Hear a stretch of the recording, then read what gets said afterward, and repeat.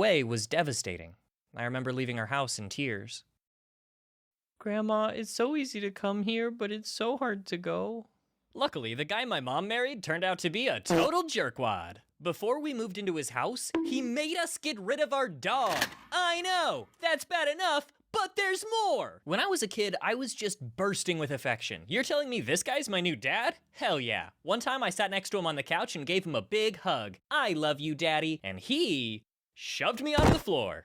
I'm not your dad. And that's how I learned about emotional damage. One time, he told my sister to clean her room, and she did about as well as you'd expect a little kid, but she left some socks sticking out of the top of her dresser drawers. How terrible. Anyway, he thought that was a good excuse to unleash all of his pent-up rage. I remember hiding in my room and trying not to cry while I listened to him beat her.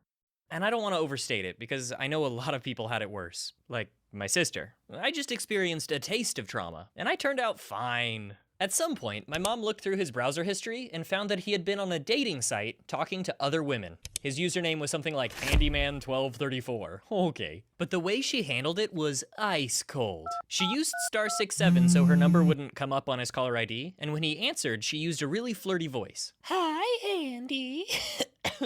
That's the best I can do. Anyway, he laughed and asked who it was, and she said, I want a divorce. And with that, we moved back to a place just a few blocks away from Grandma Emma. We were gone for a year, but we made it home. I'm so lucky to have had her in my life. Emma taught me so many things, but I think the most important was that you don't have to be blood relatives to be family.